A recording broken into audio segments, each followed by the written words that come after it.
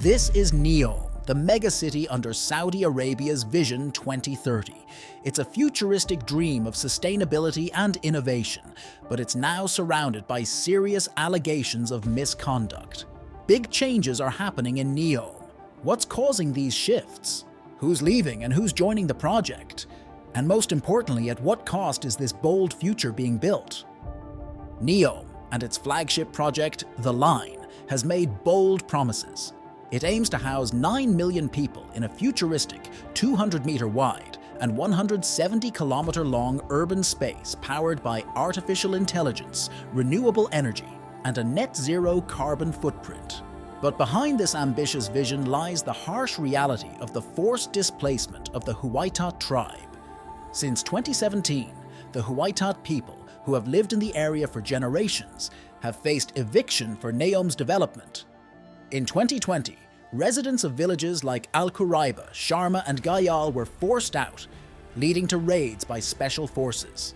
Over 20,000 people were displaced, often with little compensation. At least 47 were arrested for resisting eviction, with some sentenced to long prison terms or even the death penalty. One tragic case is Abdul Rahim Al-Huwaiti, who protested the evictions online. After refusing to leave his home, he was killed in a raid by special forces. His family was denied access to his body, preventing proper Islamic burial rites. Saudi authorities claimed he fired at security forces, but human rights groups say he was killed for resisting. Colonel Rabeh Al-Anazi, who went into exile in the UK, revealed that he was ordered to lead an eviction mission targeting the Huaytat. The order permitted the use of lethal force against anyone resisting. Although he avoided the mission, others carried it out. Villages were demolished, and homes, schools, and hospitals were wiped off the map. Saudi officials claim those displaced were compensated, but reports suggest payments were much lower than promised. Critics argue that the project prioritizes Neom's vision over the rights and lives of the Huaytat people. In response to criticism from the United Nations Human Rights Council and Al-Qist, the Saudi government released a letter strongly denying the claims that imprisonments, executions, and the death of Al-Huwaiti were connected to their protests against evictions for Neom. Instead, the government labeled these individuals as terrorists linked to Daesh and Al-Qaeda. The statement also said that the UN's information was inaccurate, based on unproven claims, and misrepresented the real reasons behind the sentences. Despite these denials, the Neom project has drawn further criticism for its human cost. Envisioned by Crown Prince Mohammed bin Salman as a futuristic eco-region, the project has been described as a blank canvas for innovation. However, over 6,000 residents have reportedly been displaced to make way for the $500 billion development, with Al-Qist estimating the figure to be even higher. Satellite images analyzed by the BBC show the extent of demolitions in villages like Al-Quraiba, Sharma and Gayal, where homes, schools and hospitals have been erased. This highlights a stark contrast between the project's aspirations for sustainability and the reality faced by displaced communities. Now, Neom is facing more criticism. A new report from human rights group Al-Qist warns companies involved in the project about the risks to their reputation. The report highlights serious concerns about human rights abuses and urges firms to reconsider their role in the development of Neom, suggesting that they reconsider being part of such a controversial project. The report highlights serious problems connected to the construction of Neom. It talks about abuses against indigenous people, migrant workers, and minorities involved in the project. A shocking claim is that over 21,000 migrant workers have died in Saudi Arabia since 2016 due to work related to Vision 2030. According to an ITV report, more than 21,000 workers from India, Bangladesh and Nepal have died since 2017 while working on various parts of Vision 2030. The Hindustan Times also reports that more than 100,000 people have gone missing during Neom's construction.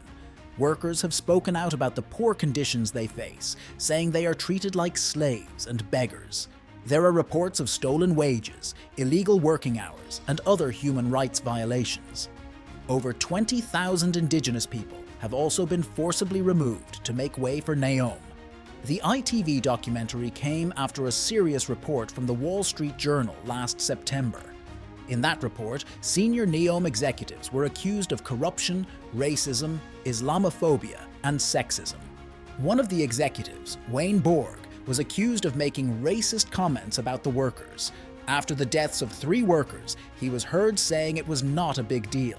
He also made derogatory remarks about South Asian workers and Gulf women.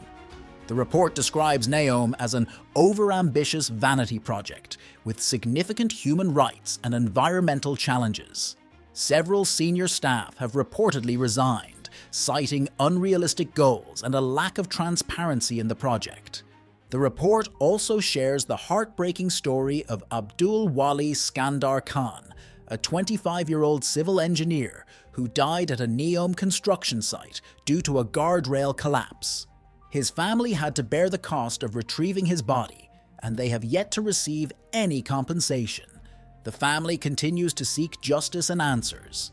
In May, reports revealed plans from Israeli Prime Minister Benjamin Netanyahu's administration for a speculative train line linking Neom with a new city proposed atop Gaza, Palestine.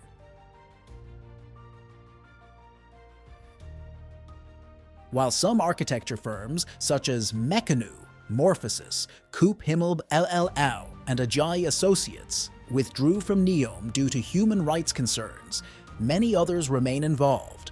Nadmi Al Nasser, the CEO of Saudi Arabia's Neom project, has stepped down unexpectedly. This is a major change in leadership for the $500 billion project. The news came just after Neom appointed global design firms for its key project, The Line, which is an important part of the development.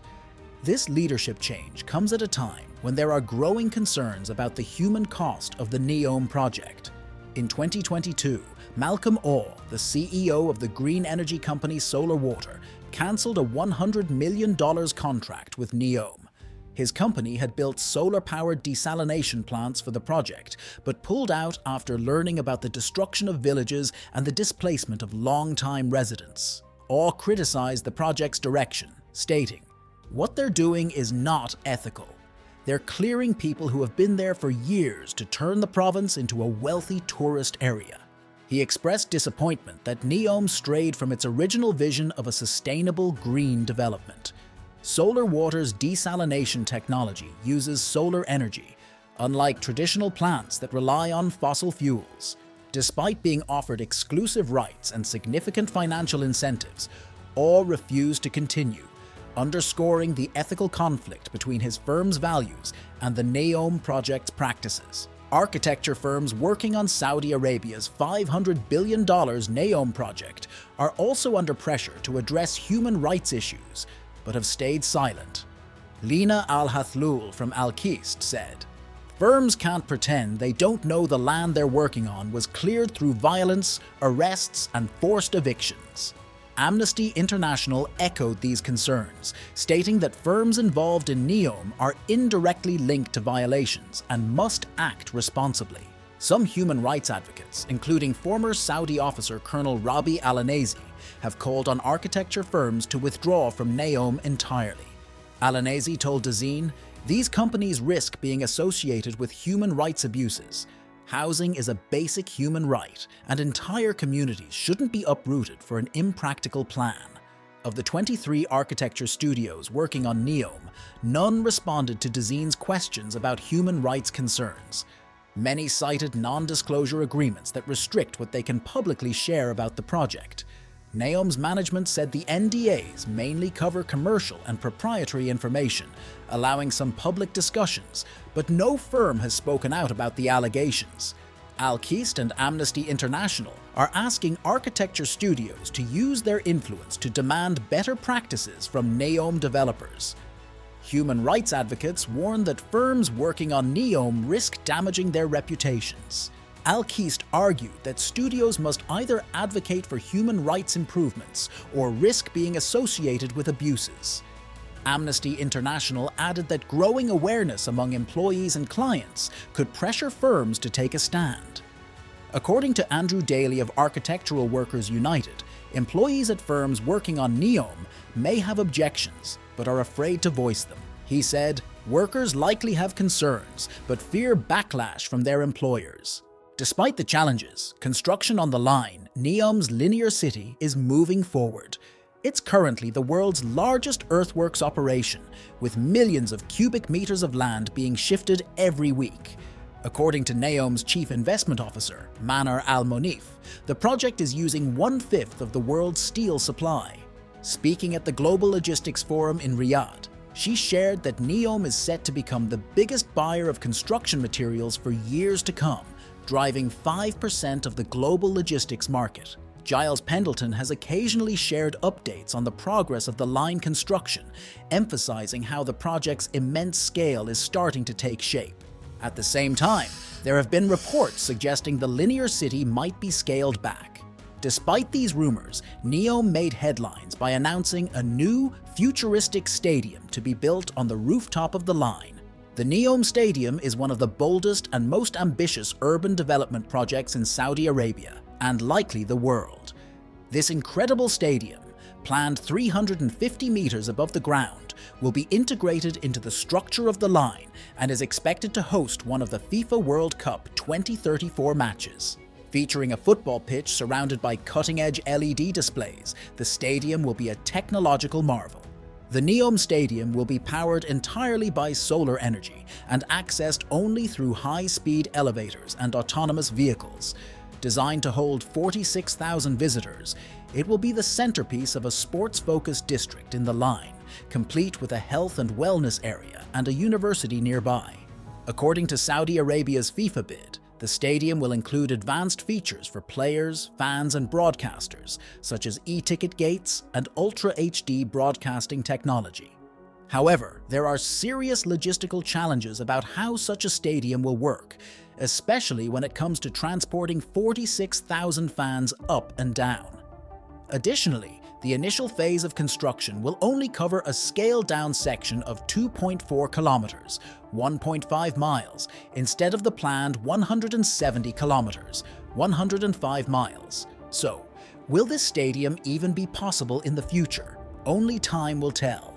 When it comes to building the line, around 260 excavators and 2,000 trucks are working non-stop to lay the foundation for the city. Neom has also announced that the largest piling operation in the world is currently taking place for the line.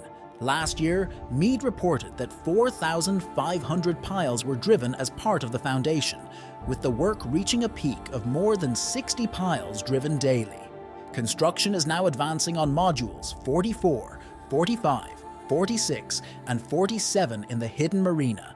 Recent pictures shared by the chief operating officer of the line show clear progress, with camps being set up and excavation work revealing the full scale of the project. Even the spine, the high-speed transportation system, is making great progress. In a recent achievement, the spine completed a significant milestone with a 9.48 kilometers tunnel finished by China Railway Construction Corporation. XCMG Machinery, a top Chinese equipment company, played an important role in this success. Their powerful drilling rigs tackled deep foundations in difficult sandy conditions, completing the project ahead of schedule. Following the progress on the spine, another major milestone for Neom has taken shape with the opening of Sindalah Island, the first luxury destination within Saudi Arabia's $500 billion mega project. On October 27th, Saudi Arabia officially launched Sindalah, marking the start of a new era in high-end tourism.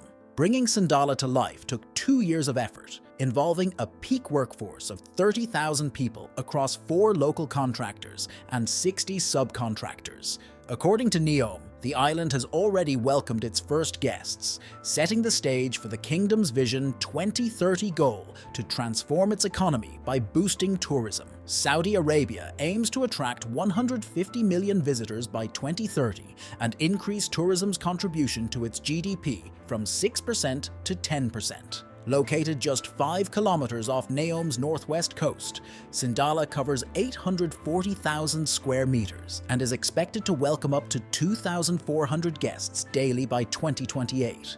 It will also create 3,500 jobs, boosting the kingdom's hospitality and tourism sectors. Sindalah aims to attract at least 10% of all tourists to Neom, with ferry and seaplane connections making the island easily accessible. The island's waters are home to 1,100 fish species, including 45 unique to Neom and over 300 coral species. Sindalah is positioning itself as a top global luxury destination, competing with places like Monaco and Athens.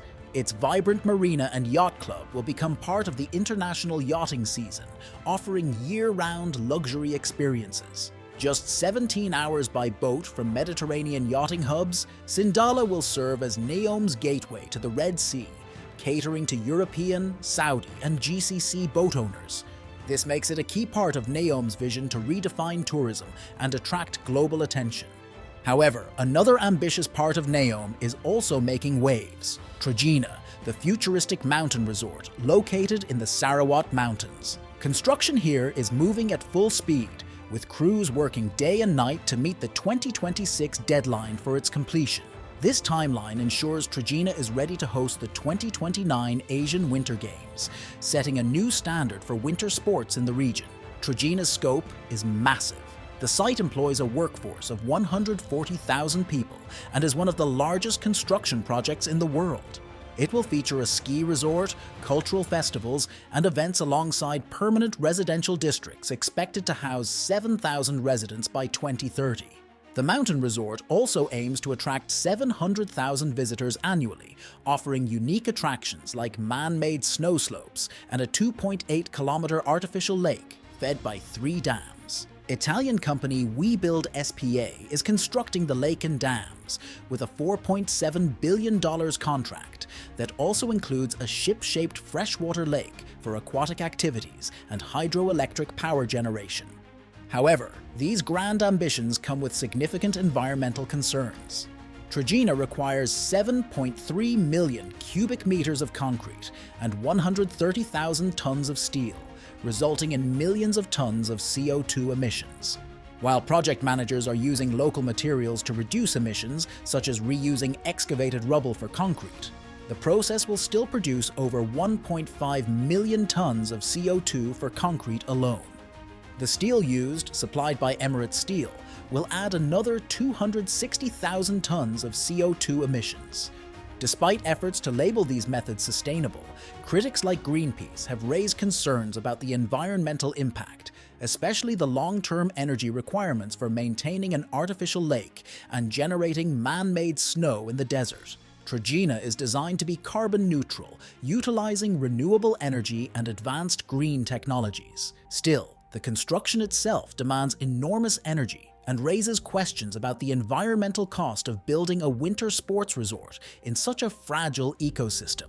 Greenpeace has criticized the project's impact, warning about the risks of altering natural ecosystems and the energy-intensive processes required to sustain artificial features like snow and water. The Crown Prince's vision for Trojena aligns with Saudi Arabia's push for renewable energy, aiming to produce 50% of its energy from renewable sources by 2030. However, the country currently relies heavily on crude oil, with only 0.1% of electricity coming from renewables. Whether Trojena can achieve its ambitious goals while balancing sustainability remains to be seen, but it undeniably highlights Saudi Arabia's commitment to positioning itself as a global leader in innovation and tourism. As Trojena progresses, another Neom development, Oxyon, is making headlines with its updates. Positioned as the world's largest floating industrial complex, Oxyon promises to redefine the future of sustainable industrial cities. Neom has signed a major deal with WeBuild to construct a 57-kilometer high-speed railway known as the Connector South, along the northern coast of the Red Sea. This railway will connect Oxyon with the Line City, streamlining logistics by linking the Neom Port's logistics center to the line and other areas of Neom. The Neom Port, which will operate on renewable energy, is designed to handle 12 million TEUs of cargo and include 2 million square meters of logistics space. It will feature AI-driven self-driving vehicles and advanced systems to reduce travel time, waiting periods, and pollution. The port's facilities, scheduled to open in 2025, will seamlessly connect with Neom's supply chain for efficient and secure storage of goods. This ambitious project comes with a total investment of 7.5 billion Saudi riyals. Oxyon will also house a Hotel Indigo, part of IHG Hotels and Resorts, in its first seaside residential community.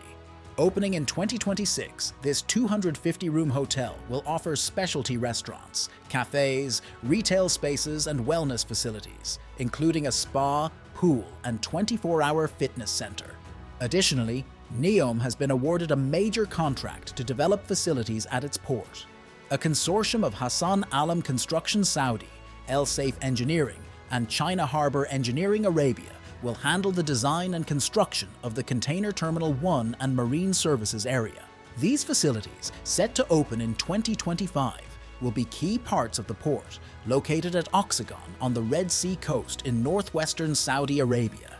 The $2 billion plan to develop the port of Neom is underway, including significant upgrades to its existing terminal. The port will also feature the world's largest green hydrogen plant, set to begin operations in 2026 under the Neom Green Hydrogen Company. This vision has attracted significant global interest, but the Public Investment Fund remains the cornerstone of Neom's funding and strategic direction. As Saudi Arabia's sovereign wealth fund, managing $925 billion in assets, PF plays a pivotal role in realizing the kingdom's Vision 2030. However, as the estimated cost of Neom reaches $1.5 trillion, the PIF has begun prioritizing domestic investments, emphasizing economic diversification and sustainability within Saudi Arabia. Saudi Arabia's finance minister has described Neom as a very long-term program, noting that returns are not expected in the near future.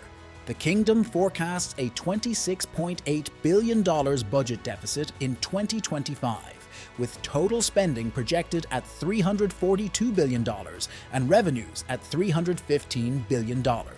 While economic transformation efforts are underway, the Saudi economy has faced contraction due to declining oil prices and the shift toward non-oil activities. However, the government expects a significant recovery by 2025, driven by non-oil sector growth, after modest growth of 0.8% in 2024. Despite these efforts, challenges remain. Saudi Arabia's economy has shifted from a $27.68 billion surplus in 2022 to a $21.6 billion deficit in 2023, largely due to increased public spending and reduced oil revenues.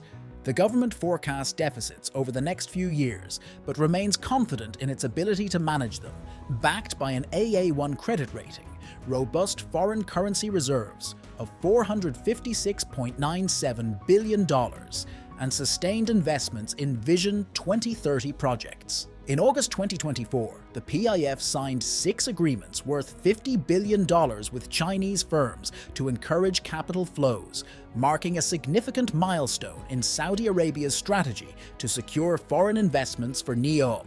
Among these developments, China Railway Construction Corporation completed and delivered Neom's first Chinese project, a horizontal tunnel, in May 2024, demonstrating Neom's appeal to global infrastructure leaders. These collaborations highlight the increasing international confidence in Neom's vision and its role as a global innovation hub. Neom has also drawn partnerships with global engineering and construction giants like Mott MacDonald, Jacobs, Ecom, Bechtel, and WeBuild, among others. These firms are deeply involved in the design and construction of key Neom projects, from advanced infrastructure to futuristic urban developments, showcasing the project's international appeal. In a major boost to Neom's funding and infrastructure goals, Saudi Arabia's PIF has partnered with BlackRock, the world's largest asset manager, overseeing over $10 trillion in assets. The partnership, formalized through a memorandum of understanding, focuses on developing Middle Eastern infrastructure while attracting international investors. BlackRock has already established a dedicated team in Riyadh, demonstrating its commitment to Saudi projects. This collaboration aims to support Vision 2030 by reducing the kingdom's reliance on oil, fostering new industries and creating jobs. BlackRock's involvement extends beyond Neom. The firm has a long-standing presence in Saudi Arabia, acquiring stakes in pipeline assets and leading a $15.5 billion investment coalition in Saudi Aramco. Now, through its partnership with the PIF, BlackRock is poised to play a critical role in Neom's flagship developments, including The Line, a 100% renewable energy city prioritizing sustainability and innovation, and Neom's hosting of the 2029 Asian Winter Games. These strategic partnerships and investments highlight Neom's potential to reshape the region's economy and position Saudi Arabia as a global leader in futuristic, sustainable urban living. Despite its ambitious vision and huge investments, Neom has faced criticism over the years. One of the main concerns is the lack of visible progress on promised developments. At first, Neom officials claimed progress on The Line, but this flagship project has raised doubts. Building a city that long while keeping it eco-friendly and advanced is a major challenge. Experts worry that these big plans may not match the pace of real-world progress, making it harder to achieve Neom's goals on time. Later, news about the project being scaled down only added to the doubts, leading many to question whether it would ever be completed or if it was just a publicity stunt. These concerns also caused many investors to shy away, as the risk level seemed too high. To restore investor confidence, Neom launched a website under the name GroundX. It is designed to show live feeds from construction sites, project deadlines, and updates for different areas of Neom, like Sindalah, The Line, and Trojena.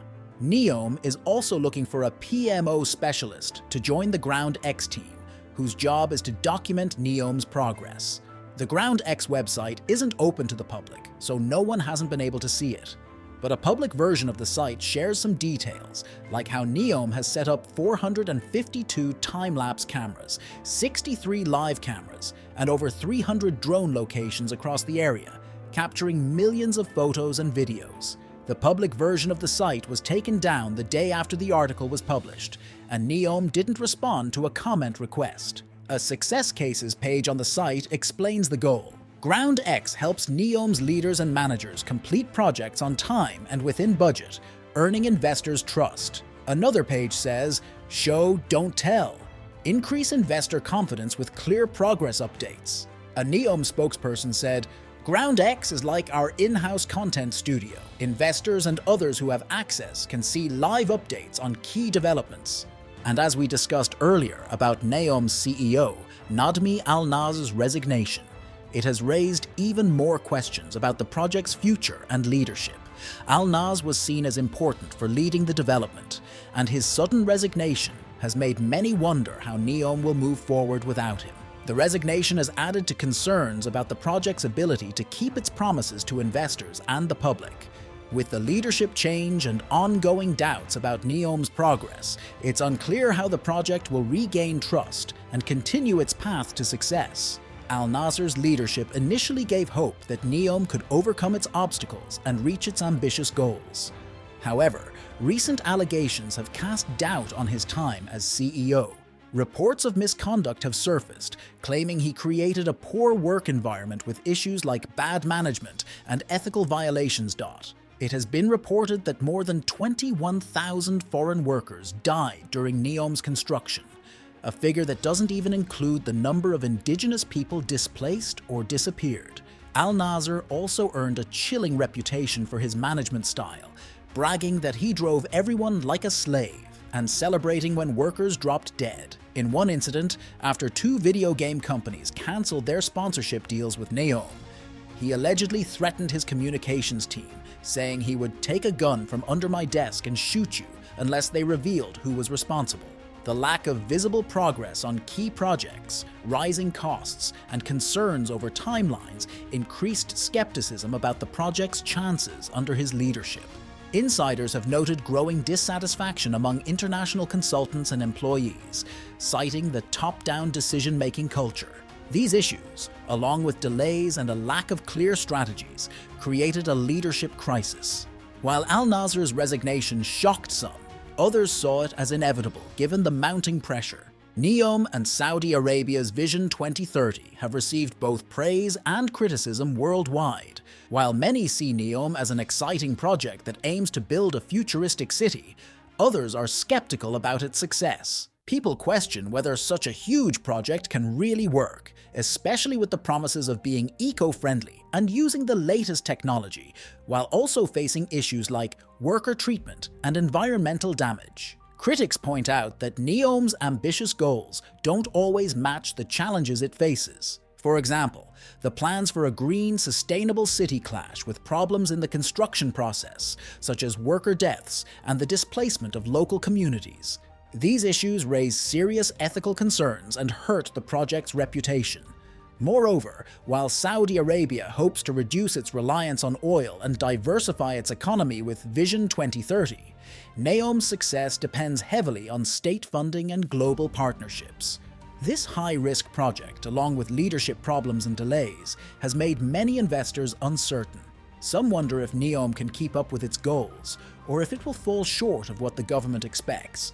Neom is a bold project with a vision to create a futuristic city powered by cutting-edge technology and sustainability. However, it has faced many controversies, from concerns about worker conditions, delays, and doubts about its goals. Leadership changes and cuts to some plans have only added to the uncertainty. Despite these problems, Neom is still a key part of Saudi Arabia's Vision 2030 and its efforts to build a more diverse economy. But with all these difficulties, one question remains. Neom promises a look at the future, but is the cost of progress too high? What do you think?